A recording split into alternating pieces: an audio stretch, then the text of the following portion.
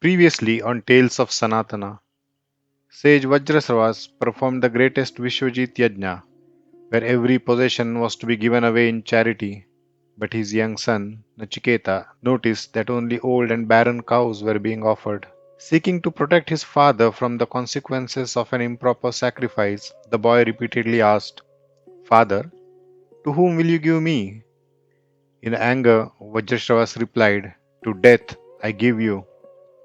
Accepting his father's word as sacred, Nachiketa journeyed alone to the abode of Yama, the Lord of Death. Finding Yama away, the young seeker waited at his doorstep for 3 days and 3 nights without food or water. Upon his return, Yama welcomed the boy with great honor. To atone for the lack of hospitality, the Lord of Death offered Nachiketa 3 boons. The great hall fell silent. Yama, the Lord of Death, had fulfilled his promise. 3 nights of patient waiting had earned the young seeker 3 boons. Without hesitation, Nachiketa folded his hands. "My first wish concerns not myself, but my father." Though he stood in the realm of death, his heart remained with the one he had left behind. "May my father be freed from every worry. May his anger toward me disappear. When I return, may he recognize me immediately. May he welcome me with the same love and affection as before." In a single request, the boy sought not wealth nor power, but the complete restoration of his father's peace. A gentle smile appeared upon Yama's face. "You shall be released from my realm. Your father will sleep peacefully once again. His anxiety will vanish, his anger will fade. When he sees you, he will know you as his beloved son, and with a tranquil heart he shall embrace you as before." With a single boon, Yama granted every blessing the devoted son had hoped for. Yama looked upon the young seeker with quiet admiration. Standing before the ruler of death itself, Nachiketa had asked nothing for his own comfort. His first thought was his father's happiness.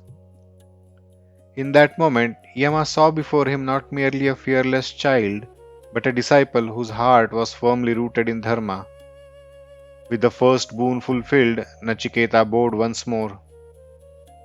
"For my second boon, teach me the sacred fire by which one reaches heaven, the realm where fear does not exist, where old age never comes, and where hunger and sorrow are no more." Yama looked at the young seeker with approval. "You ask not for pleasure, but for knowledge. The fire that leads to heaven has been known to the wise since ancient times. It lifts one beyond fear, beyond hunger, beyond the suffering that belongs to the earthly life." And so, the Lord of Death himself became the teacher. Patiently, Yama revealed the sacred science of the heavenly fire. Every altar had to be created with perfect precision. The nature of each brick, their exact number, and the sacred pattern in which they were arranged. Nothing could be altered, for every detail reflected the order of the universe itself. Nachiketa listened with complete attention. Not a single instruction escaped him. Every word, every measurement, every sacred arrangement found its place within a mind that never wandered nor doubted.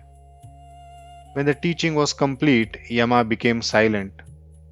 Without pause, Nachiketa repeated the entire instruction exactly as he had heard it. Every detail was correct. Nothing had been forgotten. The Lord of Death saw that the child possessed not only intelligence, but the rare discipline of true listening. Yama's eyes shone with satisfaction.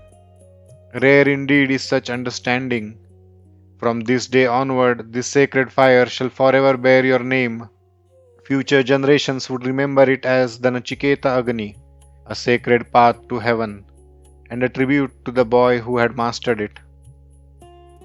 Delighted by his disciples' extraordinary memory and unwavering attention, Yama offered something unexpected. He unclasped a magnificent necklace from around his own neck. Its many-colored gemstones shimmered like the light of the heavens. It was no ordinary ornament. It was a mark of honor from the Lord of Death himself. Nachiketa bowed respectfully. With gratitude, he accepted the kindness behind the gift, but gently returned the necklace. No jewel, however precious, could equal the knowledge he had come to seek. Seeing this, Yama understood. The boy before him could not be distracted by wealth. He was ready for an even greater truth. The first boon had restored a father, the second had revealed the path to heaven. Now only one boon remained. Nachiketa bowed once more before his teacher. My lord, there is one doubt that has troubled humanity for ages. When a person dies, some say that something remains, others say that nothing survives. This is the truth I wish to know. Nachiketa was not asking about the body, he was not asking about breath, nor about the life that appears and disappears. He wished to know the truth of the eternal self, the reality that neither birth nor death could ever touch. There could be no greater question. For the first time, Yama did not answer immediately. His expression grew thoughtful. This truth is exceedingly subtle. Even the gods have long debated it. It is not easily understood. Ask for another boon, Nachiketa. Do not press me on this. It seemed like a refusal, but Yama was not withholding the truth. He was measuring the one who sought it. The knowledge of self could not be handed to the merely curious. It demanded a mind that would never turn away. The first test had begun. The young seeker remained unshaken. My lord, if even the gods have doubted this mystery, then surely there can be no knowledge more precious. And who could possibly teach it better than you, the Lord before whom every mortal must one day stand? His words were neither bold nor defiant. They were spoken with perfect humility and perfect reason. Yama regarded the young seeker with compassion. Do not insist on this question. Choose another boon instead. Ask for anything that can be obtained in this world. The Lord of Death was giving him one final opportunity to turn back. If it is life you desire, may your sons and grandsons live for 100 years. May your own life be as long as you wish. To ordinary minds, few blessings could equal a long and prosperous life. If you seek prosperity, I shall grant you countless herds of cattle, majestic elephants, swift horses, and gold beyond measure. Treasures that kings spent their lives pursuing were offered as though they were of little value. Yama continued, rule over a vast kingdom, become sovereign over the whole earth, command every pleasure that power can provide, live for as many years as you desire. Nothing within the reach of human ambition was withheld. The offer grew greater with every passing moment. Long life, limitless wealth, power over kingdoms. Yet Nachiketa remained exactly as he had been when he first entered Yama's hall. His eyes never turned toward the rewards. They remained fixed upon the truth he had come to seek. Seeing that earthly riches could not shake the young seeker, Yama raised the test still higher. If you desire pleasure beyond the reach of men, I shall grant them to you. There is nothing beyond my power to bestow. The temptations were no longer of this world. Before Nachiketa appeared magnificent celestial chariots. Their craftsmanship surpassed anything found upon the earth. They shone with an otherworldly brilliance, fit only for the inhabitants of heaven. Then came melodies unlike any heard upon the earth. Celestial musicians filled the air with sounds of perfect harmony. Every note was crafted to delight the senses, every rhythm to enchant the mind. Finally, Yama offered that no mortal king could ever command. Graceful celestial maidens, radiant beings of heaven, attended by splendid chariots and divine music. They shall serve you. Such companions are beyond the reach of ordinary men.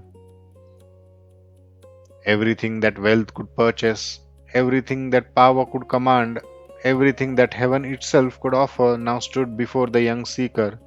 Yama had placed the entire world and even the delights beyond it within Nachiketa's reach. The choice was his alone. Nachiketa listened without interruption. The treasures, the kingdom, the heavenly pleasures, he had considered them all. Then, with folded hands, he spoke, "My lord, all these things endure only for a time. What is born today will one day pass away. The pleasures of senses are fleeting. They shine brightly for a moment and then disappear. Worse still, the more they are pursued, the weaker the senses themselves become. No lasting fulfillment could ever arise from what was destined to fade. You offered me a long life, but however long it may be, it still comes to an end. Compared with eternity, even the longest lifetime is but a passing moment." Nachiketa sought that which time itself could never diminish, and wealth, it can never truly satisfy a human being. If riches could bring lasting contentment, no one would continue to desire more. The heart that seeks the infinite cannot be fulfilled by the finite. The magnificent visions still filled Yama's hall. Celestial chariots, heavenly music, splendor beyond imagination. Yet Nachiketa did not look toward them. He looked only at his teacher. Then, with complete humility, he spoke the words that have echoed through the ages. "O Dharmaraja, keep your chariots, your music, and your dance for yourself." Silence filled the hall. The test was over. A quiet smile appeared upon Yama's face. The child before him had turned away everything that the world could offer. Neither wealth, nor pleasure, nor even heaven itself had shaken his resolve. The Lord of Death knew Nachiketa was ready. There are two paths before every human being. One is Preyas, the pleasant. The other is Shreyas, the truly good. Though they often appear alike, they lead to very different destinations. The wise choose Shreyas, the ignorant are drawn towards Preyas.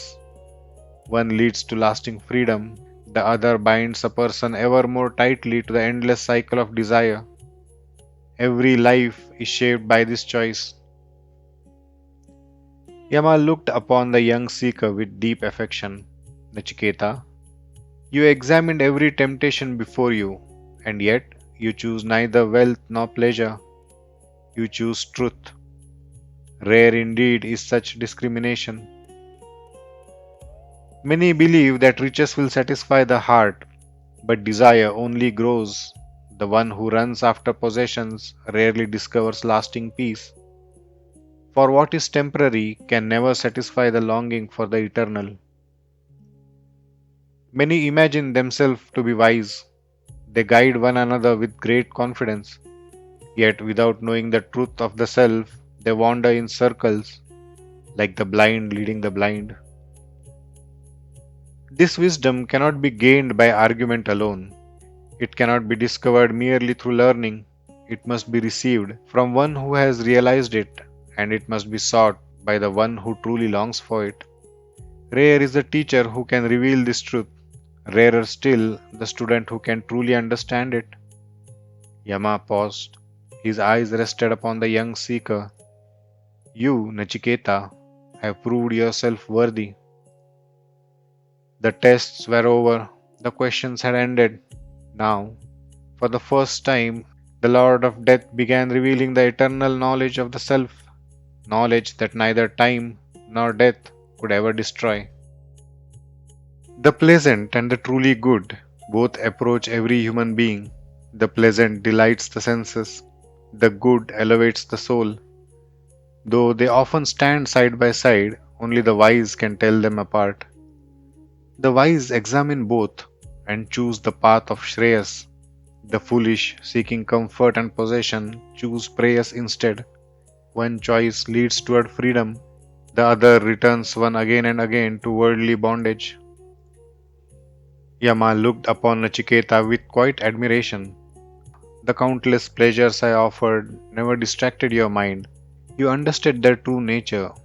They are temporary, and you desired the eternal. For this reason, you have not fallen from the path. Most people become fascinated by wealth, by pleasure, by the promise of tomorrow. Their attention remains fixed upon the changing world, and so they fail to seek that which never changes. Living in ignorance, many imagine themselves to be wise. They proudly guide others, yet know nothing of Atma, like the blind leading the blind. They wander without reaching their destination. Yama paused, then he smiled. But you, Nachiketa, did not seek what merely shines. You sought what is real, and because of that, you are ready to hear the highest truth.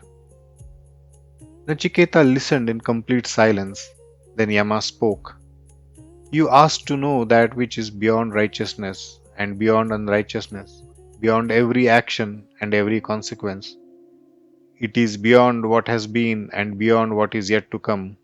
The eternal is untouched by time. This is the truth you wish to know, the mystery hidden from countless seekers, guarded not by distance but by ignorance. Yama paused. The hall became utterly still. Then he said, listen carefully, for now I shall speak of the eternal self. Atma is never born, it never dies. It did not arise from anything, and nothing can arise from it. It is unborn, eternal, everlasting, ancient. When the body perishes, Atma does not perish. The sacred fire flickered softly. Yama's voice echoed through the silent hall. Though bodies come and go, Atma remains forever. When the body comes to an end, Atma does not perish. Death touches only the body, never the one who dwells within. If one believes I have slain, or another believes I have been slain, neither understand the truth. Atma neither kills, nor it can ever be killed. It is smaller than the smallest, yet greater than the greatest. The Atma dwells silently within the heart of every living being. Hidden within every being, Atma waits to be discovered, not by wandering the world, but by turning inward. The wise behold it in the quiet depths of the heart. The one who realizes Atma becomes free from sorrow. For where there is no fear of death, there is no grief, only peace that never fades. Yama became silent. The sacred fire continued to glow between them. Nachiketa did not speak. Every word he had heard settled quietly within his heart. The highest teaching had only just begun. Yama continued. Atma, though seated, travels farther than the mind, though unmoving, it reaches everywhere. Such is the mystery of the Atma. It is far beyond the reach of those who do not seek it, yet it is nearer than one's own breath. The Atma is never absent. No eye can behold it, no hand can grasp it, no ordinary thought can contain it, yet the one whose heart is pure comes to know it directly. Atma is untouched by virtue and untouched by vice. Like the sun, it shines equally upon all, forever pure, forever free. Yama paused once more. The deepest questions had now been answered. What remained was the path, the means by which this truth could be realized. The hall remained wrapped in silence. Then Yama spoke once more. The goal proclaimed by all the Vedas, the goal sought through every austerity, the goal for which seekers embrace a life of discipline, I shall reveal to you. Yama paused. Then with quiet reverence, he uttered a single word. Om, the sacred syllable, simple in its utterance, infinite in its meaning. This sacred syllable is the highest support. It is the bridge between the seeker and the Atma. Who truly understand it find an unfailing refuge. This is Brahman. This is the Supreme. He who knows this sacred syllable draws nearer to the highest reality. For within Om resides the Atma. He who knows this and meditates upon it reaches the highest goal, for there is no support greater than Om, no refuge higher than the Atma. No words followed. The sacred fire alone spoke, its steady flame reflecting the stillness of the moment.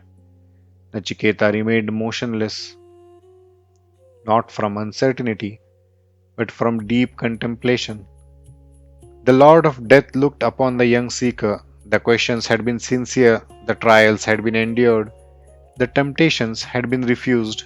Before him now sat a disciple ready for the highest wisdom.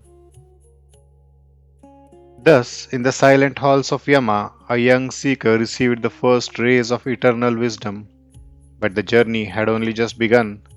In the next episode, Yama continues to unveil the profound mystery of the self, revealing timeless truths that have guided seekers for thousands of years. Until then, may the light of Sanatana Dharma continue to illuminate your path.